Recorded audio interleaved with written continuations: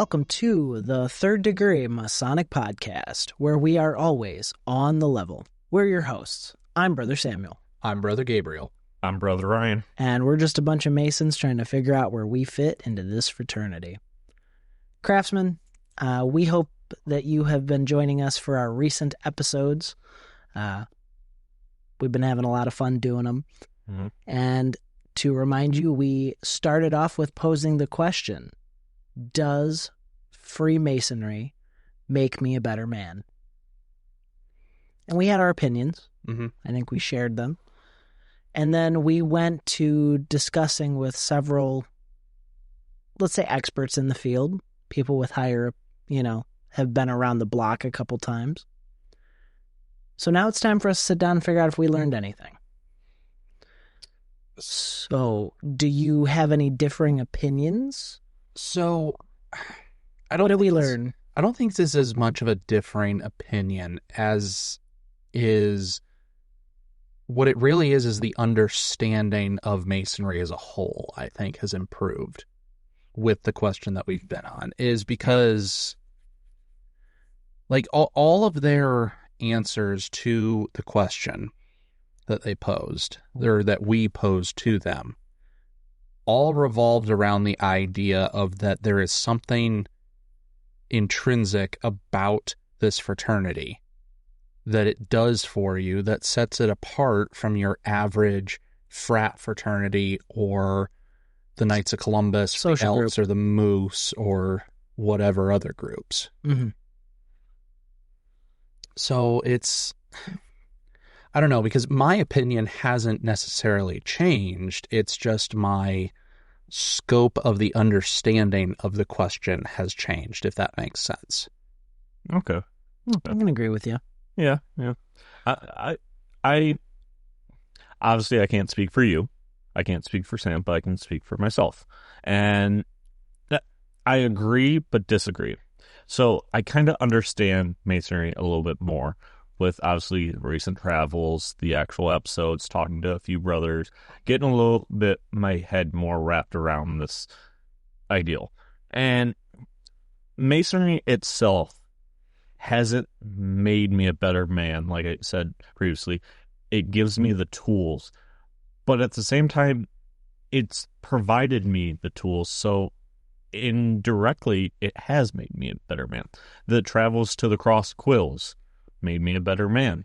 The talking to the Grand Master or listening to the Grand Master's episode made me a better man, because I started realizing I still like shooting from the hip, going guns blazing, just let's get this done and whatnot.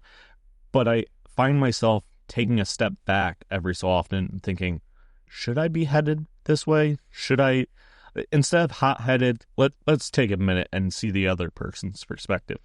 I mean, I have a few friends at work that they'll come to me and they're like, hey, I'm thinking about sending this email or talking to this person. This is what I was thinking about saying. What's your opinions? And I'm like, I wouldn't word it like that. Or, you know what? Give it another day or two. Think about it and then talk to them. Mm-hmm. Because the last thing you want to do in a professional environment is say something you didn't mean and it comes back to bite you in the ass. Oh, absolutely. And I think we've all been there. Yes. And I think being the secretary, going to the cross quills, like this podcast and everything, has started to make me a better man. And indirectly, Masonry is starting to make me a better man. Well, and here's the catch-22 of this question. The paradox of Freemasonry is mm-hmm. that, like, would you still, you're already a good man. Because as we talked about with a couple of our guests, is to succeed in Freemasonry, you have to be a good man already when you come here. Because I think that was one of the topics we definitely discussed on, is that while Freemasonry can make any good man a better man, it doesn't automatically just mystically create good man. Like it's not a turnkey. Yeah, exactly. So you're already a good man, so would you have done those things without Freemasonry, or does Freemasonry help accelerate those good qualities in you faster than you would have without Freemasonry. I think that's a very good point, and I have to agree with you there. I think eventually I probably will have got there, but who knows? I may have been 40 by the time I will have gotten calmed down and stuff. And Masonry, not just Masonry, but brothers, lodge meetings has made me understand a little bit more about how the world works. And I think I still stick with my same opinion. I don't think Masonry makes us better men. I think we choose to make ourselves better men. It gives us the tools. But also, I think looking back on my own episode where you guys interviewed me, it kind of made me, let me tell you, it was really weird editing an episode of listening to myself be interviewed. If you want to talk about cringe, that's it. Yep. But you want to know, it definitely was like, it was kind of like listening to your own conscience. Like, I was unfiltered. I didn't think anything through. I was just answering the questions as you guys threw them at me. So I think, to me, I think what stood out to me was talking about how I make myself better by standing next to shoulder with giants. By guys like you guys and guys like Charlie and Mark and Brother Williams and Brother Carter, standing shoulder to shoulder with these guys makes me a better man, because I have to be, if I want to stand shoulder to shoulder and be on the level with these guys, I got to grow. I got to be a better man. I have to be the man I should be. So, I'm glad you said it that way, because you don't have to be Brother Carter. You don't have to be Mark Allred, but you have to be the best, willing to try to make yourself that better man. Like that's the higher concept of this question. It's not a literal, as we talk about all the time in our degrees and in all the symbolism of what we talk about, is that it's that pursuit of perfection. Yep. And not saying that Brother Carter is perfect or that Mark Allred is perfect. Right. I mean, for God's sake, he's a ginger, so. Wow. Jeez. We just lost half of our audience. I love you, Mark. Dave, But you understand what I mean. I get it. Is that you take it upon yourself to attempt to go forward and pursue being better. Yes. And that is again, I think that something that Freemasonry deserves credit for, is because, as we always say, we start with what is right and proper and give credit where credit is due. I mean, like in baseball, you get credit for and points for runner batted in, RBI. You get credits for assists. You get credits for points, or however MLB scores their league points. So Masonry earns points by giving us the tools and the assist with doing those things. And granted, I mean, like I was just saying to Ryan, is that we might have eventually gotten there without Freemasonry, but Freemasonry makes it easier to do that. Yep. It makes it more, I think it makes it more impactful to us. Because it's, sure, I may have been a charitable person before I came into Masonry, but recognizing the true impact that my charity has, and that I want to do it for the sake of charity. I do everything with my charity anonymously. I don't want my name on a charity donation, and I think that's because of Freemasonry, because Freemasonry has taught me the universal value of charity, how charity is just intrinsic to what you are supposed to do, not because you should get credit for it, but it's because it's what you should do. Yeah. Right. Yeah. Yeah. Well, and I think another thing that I learned from listening to all of our most recent episodes, I think another thing that Masonry forces you to do is to think outside of your own beliefs, right? Mm-hmm. So, we don't talk about religion. We don't talk about politics. We don't judge a man for his money or what status he has in out there. Once we're in the lodge room, we're all equal. And if we put those things off to the side, we can, pull off some pretty amazing things.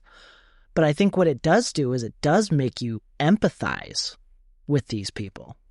I mean, you can sit here with a guy who's, let's say, we talk about Masonry unites all men of every color, of every religion, of that. You do have to form yourself, you kind of have to open your mind a little bit to the fact that your tiny little experience in this world is not the only one, and that the guy sitting across from you has a completely different outlook on life, and you kind of got to look through his eyeballs and see how he sees life to make things kind of work out. I mean, it's just it's crazy to me, because a lot of our guests talked about, we don't talk about religion, we don't talk about politics, but we do, though. Mm-hmm. We talk about these things, just not in the lodge room. And we can have discussions with our brothers, and it's not going to come to blows, Because we use the principles that we've been taught, and we carry them outside of the lodge. That is another thing that's been the theme with some of our guests that we've interviewed, is that Masonry in the vacuum of the lodge room is just for the sake of Masonry. Mm. If we don't take Masonic principles with us outside of the lodge room, then we have missed the point. Yes. I think Brother Carter, I'm paraphrasing, but I think Brother Carter said something very similar in his And I think another interview. important part of this section that we did is just how important being a better man comes from education. Yes. Not your college education, but how much education does your lodge put on to teach you how to be a Mason? I mean, let's face it. As beautiful and amazing as the 3 degrees are, it doesn't do a really good job of explaining the how-to. Yes. It explains the why and the hopeful end result, but it doesn't explain the how-to. How to apply that to your life. This is where I'm going to disagree a little bit with you, is because no dissent allowed here. But no, so, I mean, obviously we can't talk about the degrees, we can't go into it, but I do think if it's the hard part of dealing with how we relate to things in a modern sense. In the old days, they were very into symbolism and reading between the lines and deeper meaning behind things. Nowadays, we're a very literal, very surface level people. And it's kind of hard to catch and ignite the flame of wanting to know more, of wanting to dig deeper than the surface level of what you're seeing. Because I think the degrees are set up in a way that's supposed to make you want to do it that way. I would like to maybe go back here a second and maybe explain my reasoning here. Yeah, of course. I am simply saying I don't think that the degrees alone are enough. I think they do their job, but I think unless you have proper continuing education on those things, a knife is only as sharp as it is sharpened. Yep. So if you have seen the Master Mason degree one time, it's fresh in your brain for a month. If you never see another Master Mason degree for as long as you live, you're still a Mason, right? How good are you going to be at being an actual Mason, though? If you're not coming to lodge, seeing that degree over and over and over, which is only one side of the coin, you still have to have education from people coming in, people that know what these are. And let's just say, one that's not really a secret is the checkerboard pattern, right? Good and evil, yin and yang. Yeah. But if somebody didn't come in and explain that to you, that, hey, there's good and there's evil in this world, and you should do more good than you should do bad in this world. Mm-hmm. The theory of yin and yang has very little explanation. And also, if you want to look at it, a lot of it has more to do with balance than anything else, but we're not going there. Just because you see it once, it's not enough to say, oh, I've mastered that. I've learned that. Mm-hmm. You have to have somebody continue to instruct you, whether that is actual literal instruction or coming to lodge and receiving that instruction. I will say real fast, dude, I agree with you, Sam. Like, me and you, we kind of initiated, passed, and raised kind of similar, not at the same time, but close enough. Yeah. When I was initiated, passed, and raised at Northern Light, I remember my 3 degrees. I remember giving back the answers or whatever so I could go to the next degree.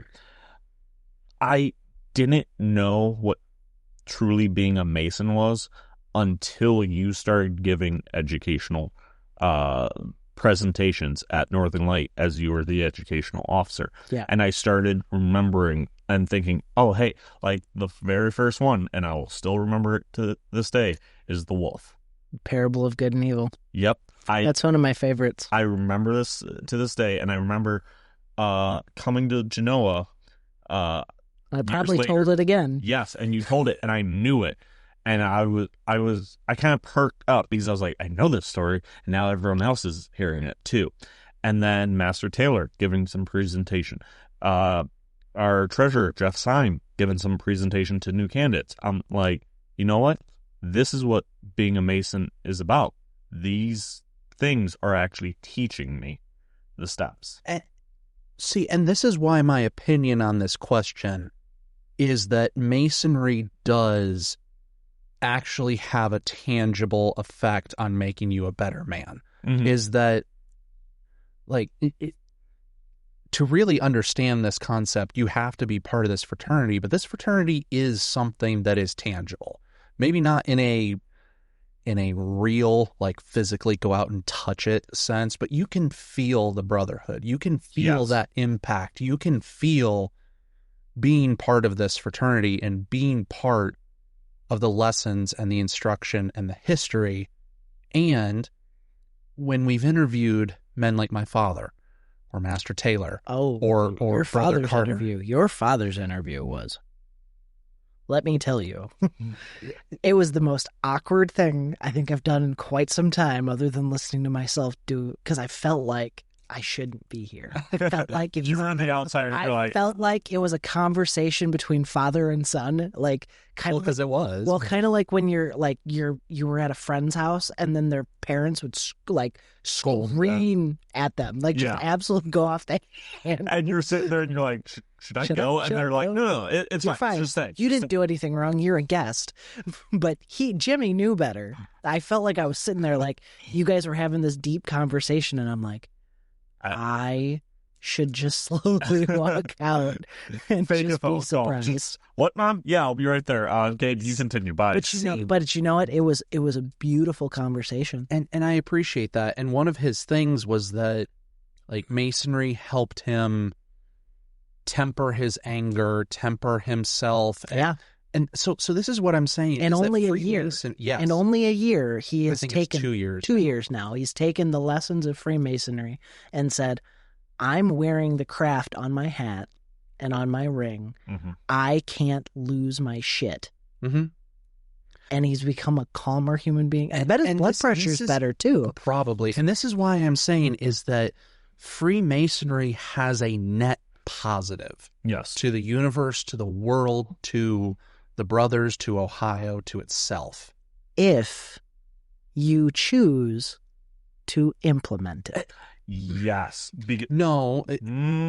I'll let you talk. So this is what I'm saying is that you could have, let's say we had 100 brothers and only 5 or 6 of us are doing actively engaging, doing exactly what we're talking about, doing what my father's doing what I'm doing, that's still a net positive to the universe. Neutral Masons aren't detracting anything from the world. They may not be contributing as much as we instruct them to, but a neutral Freemason is still a Freemason. And a neutral Freemason is not detracting from the world, but he's not contributing the way he's not positive or negative. True. So just alone, the 4, 5, 6 brothers of that group of 100 are doing enough to contribute a net positive just to the universe, to the brotherhood itself. Yep. The idea of Freemasonry will continue purely through those 5 or 6 active brothers. Freemasonry is a tangible positive. Sorry. No, you're fine. I agree with you. I see your point, but I think, and Sam, correct me if I'm wrong, and Gabe, you even said this, if we do not take the lessons we're taught in Masonry and implement them, then we're not really doing anything. If, using your same analogy, 100 Masons, 100 brothers, let's say none of them do what we're doing right now, you have a gain of 0. They implement it. But you are correct. If at least one implements it and becomes a better man, you got a net positive 1. That's better than. And I agree with you. I 100% agree with you. If there's a net positive in the universe of good in the world, we have succeeded. What I'm saying is, though, if let's take those 100 brothers and only 6 of them have chosen to involve themselves into deeper study, involve themselves with the lodge. And we're not talking about, hey, I have a job where I can't come to lodge that often. We're talking about just, hey, I come twice a year. I like doing it because my buddies are here, but I don't get involved. Did Freemasonry make those men any better? I don't think it did. They've stayed where they are. You're right. They haven't changed, but it hasn't made them better. But I will also argue that was up to them. Mm-hmm. It's still Masonry gave them the tools to succeed. But in the words of Master Taylor, you show me a man who has stopped learning, and I will show you a Mason that's put down his working tools. Yeah. I mean, and that's not a bad thing. Not everybody is going to take what we have in Masonry, and there are so many levels of it. I mean, there's so many levels of education and learning. Mm-hmm. I bet you we could sit down with Brother Syme and he could talk our ear off about a topic, and at the end my brain will be sparking because I don't understand a word of what he's talking about at a certain point. But he loves that esoteric stuff. Mm-hmm. And I respect it, but I don't. I'm just over here like, you lost me. That's because you're a very practical-minded Mason. Which is fine. But well, here's my thing, is that I think some of those esoteric studies go into the practical application of Freemasonry. Yeah. Because a lot of our brothers who are very esoteric are also very altruistic. I mean, sure. Brother Syme, Brother Carter, they're great guys. They want to do charity. They want to do good for Ohio, for the United States, for the world. And just to kind of circle back to the topic, because I don't want to sound like I'm trashing neutral Freemasons. No, never. No. Because what I think of that is that the instant you become a Freemason, and I know this is what we talked about before, that it doesn't just magically imbue you as a better man, but those neutral Freemasons, if they are still Masons, they are conducting themselves in a way that doesn't negatively detract from the good. You hope. You hope, yes. And I understand that's maybe a big ask, but I don't necessarily see neutral as like a negative connotation. I see it more as like a Freemasonry has still impacted them. They're not going to be servants of chaos. Okay. Basically. That's fair. I don't know. I don't want a lodge full of complacent Masons, but I also don't want a lodge of chaos demons. As I raise my hand. Yeah, we know, Sam. The difference is that you try to use chaos for good. Correct. Absolutely correct. If you can call it that. Yeah, I mean, chaos is... So overall, I would say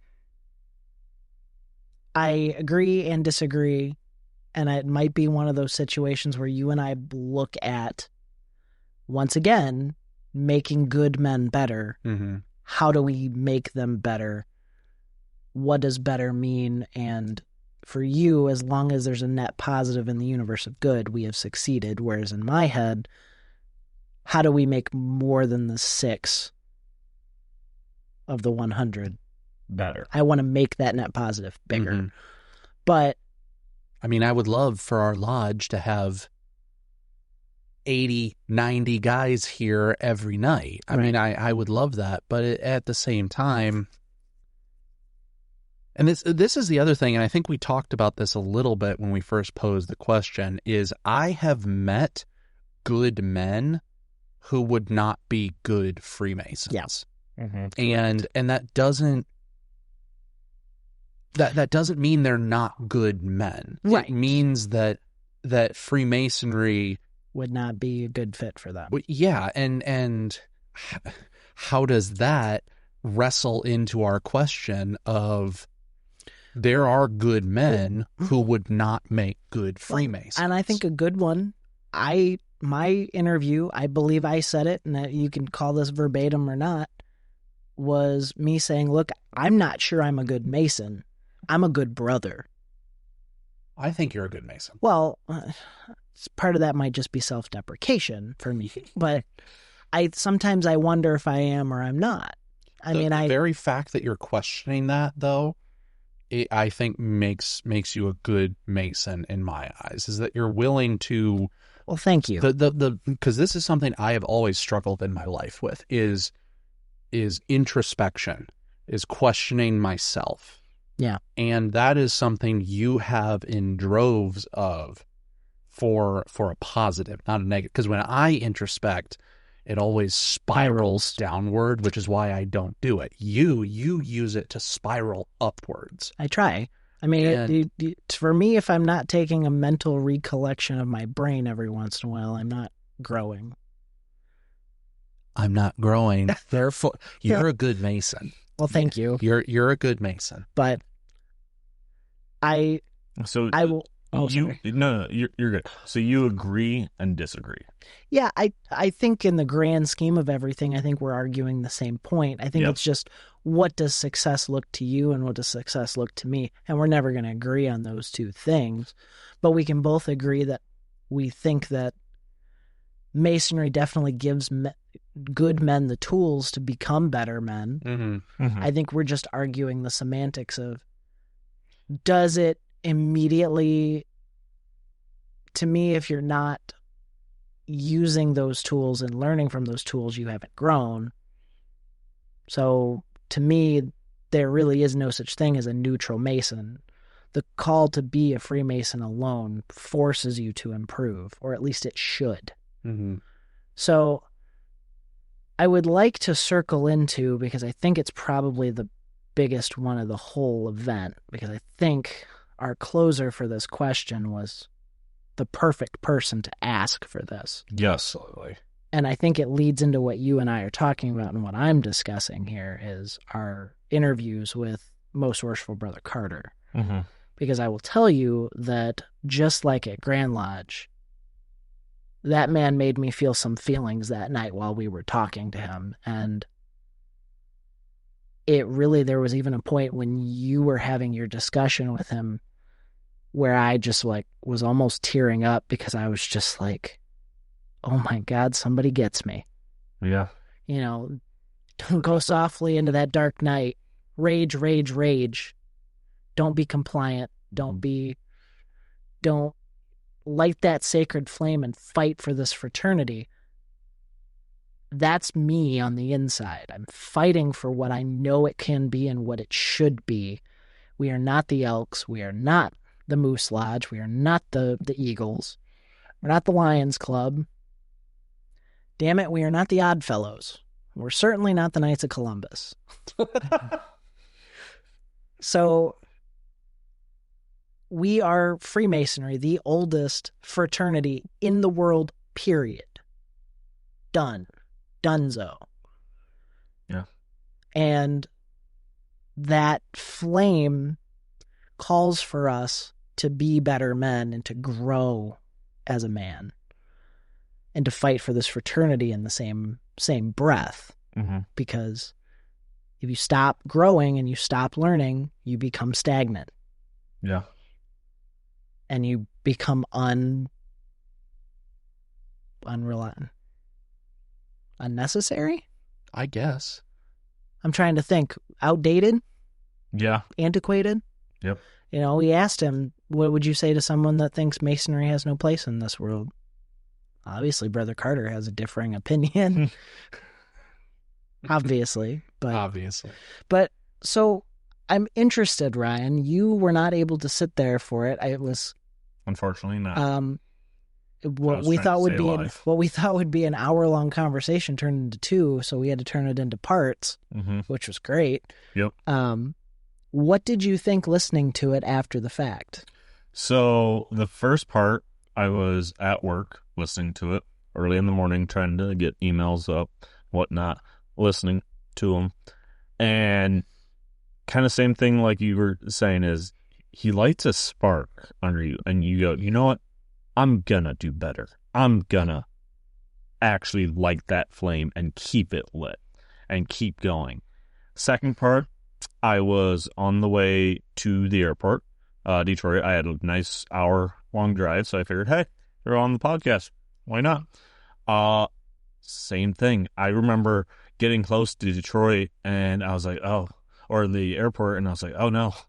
Oh, he's starting to hit me in the feels. He's starting to, and I'm like, keep doing the speed limit. You're going to be fine. You're going to be fine. Like, and it was just like, and the rage, I was like, yes, we need to keep pushing forward. We need to break through and make sure that sacred flame doesn't just keep on lighting, but becomes a blaze, and you can see it from miles and miles away. And I think he's done that. I mean, just in our short conversation, I'm riled up. Yeah. Can you imagine the whole state of Ohio being riled up? I love it. That would be fun. Yeah. I don't want to sound like the odd man out. I really liked his interview. I loved talking with him. It was amazing having him as our leader. But that type of emotional connection you have with his interview, I have with the Ronin episode. Oh, remember the episode we did of that? Is that those emotional connection I feel with the Ronin episode is that is my emotional connection video that we've done. But I love your idea of imagining if all of Ohio was that on fire. And I think we are. Yeah. The problem is, the real problem is not that we are complacent. It's that we're busy. We are, again, we have a lot of members that are retired, but there are members of Oak Harbor Lodge who work full-time jobs, who can't travel as much as the Grand Lodge officers do, who can't go to every lodge in every county and meet brothers they've never met before because they don't have the time to do that. Sure. And I don't think that's what he was coming. No. I know he's not like, that's not what he's saying, but it's like the unfortunate nature is that sometimes Masonic bubbles form out of either necessity or out of availability, and we don't get to see how passionate the guys in Dayton are, or the guys in Athens are, or the guys in Cuyahoga Falls are, or the guys in Newtonville or wherever, Yeah. or in Youngstown or wherever are. We don't get to, because to be fair, Masons are not very modern people. We don't have a lot of modern Masons on social media. We have some, but We're getting there. We're getting there. We're transitioning into it, but the older generations of this fraternity I think are actually just as passionate as we are. They just show it in a different way. Well, They've and also they're had tired. to. Yes, they their time is done. This is supposed to be their golden years where they're passing the torch to the younger generation, and some would argue that they're kicking and screaming to pass the torch, but I would also argue that it's really difficult to have people to pass the torch to if there's no one there to pass the torch to. Mm-hmm. And some of these past masters are sitting in the chair for their 50th time because their lodge has called them to action. And I agree with you on there, but here's the thing, and here's the thing that I take from Brother Carter's interview is you don't need to be a Grand Line officer to make a difference. You don't have to be the Grand Master to make change in this organization.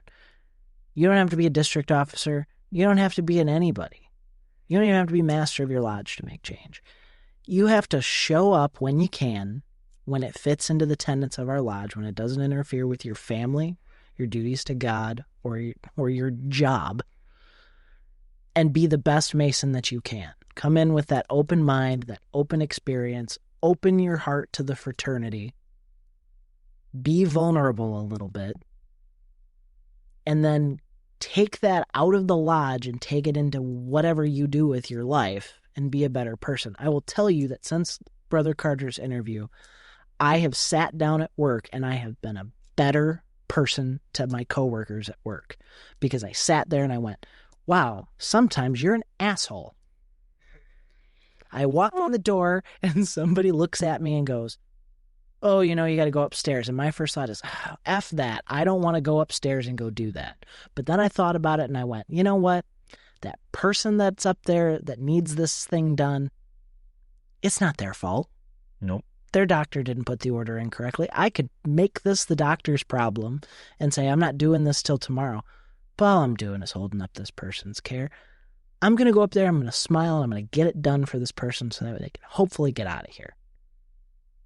And that's why you're a good Mason. Thank you. But also, trying not to be so snappy with my coworkers when they ask me dumb questions, because you know what? I probably asked dumb questions too when I first started out. But that made me sit there and go, you know what? Am I being complacent right now? Have I grown complacent in who I am at 30 years old? Am I going to be this grumpy my whole life?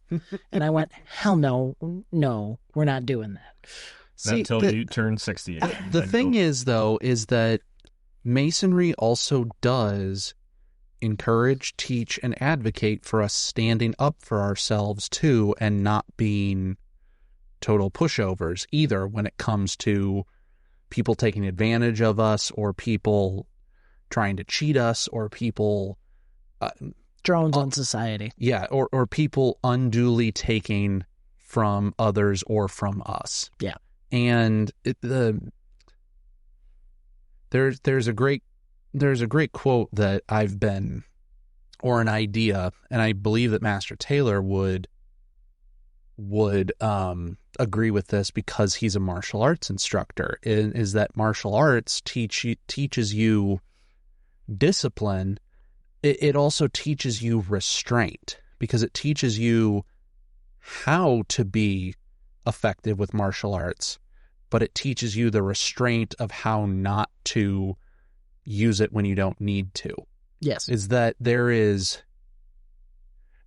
no virtue in being harmless if you can't be a force to be reckoned with. Yes. There is no value in restraint if you can't stand up for yourself. Yeah, I'd agree with that.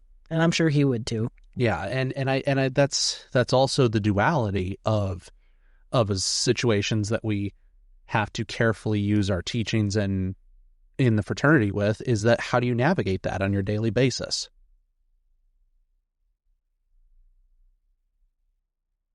Well, Gabe, I think that's a very good point, and I'd love to hear Master Taylor's opinion about that. I can't wait to talk to him next and be like, hey, did you listen to it? What do you think about? And kind of get his thing. But I think that's a perfect conclusion to kind of wrap up this episode. So let's wind it back, go to the original question. Does Masonry make you a better man? And I want to go once around, maybe 5 minutes max, if that, and we're just going to answer it and go from there. I think it can be short, sweet, Yeah. point Yeah. our answers. Short and sweet then? Perfect. I think yes. So, yes. starting, yep. Yes. Yes. I think Masonry makes men better. Okay. Gabe? So I'll answer it pretty quick. So He had one word. Does so Masonry make men better? Men better, or does it make you better? Those are two different questions, and the answer is yes to both. Because from a subjective standpoint, has Freemasonry made me personally a better man? Unquestionably so. Yep. Undoubtedly yes. Does Masonry make every man it touches a better man? Yes, I think it does. I would have to agree on both points. I mean, we've said it before, and we'll keep saying it. Masonry will make you a better man as long as you take the lessons you learned and apply them to your life. And as long as you're willing to put something into it, you are going to get something back tenfold. I could not have said it any better myself, and I think that this question has been concluded. I do too, and I think our listeners now know what all of our answers are. It'd be interesting to see what they think. Yeah. So, yeah. Craftsmen, feel free to reach out to us, post on our socials. Tell us what you think. Do you think Masonry makes men better and makes you a better man if you're a Mason? But, Craftsmen, that's all we've got for you today. Thank you for joining us on the Third Degree Masonic Podcast. We will be coming to you with our next question. It'll be very exciting, and we'll start a new series where we will dig deep into the question. And this one has been asked by the viewers in our recent surveys, so I'm really excited. Yeah, this will be a nice second installment of our question series. And I think it's going well, so. Can't wait for that series. So, as always, Craftsmen, remember, keep your working tools in order. And always be on the level. Thank you.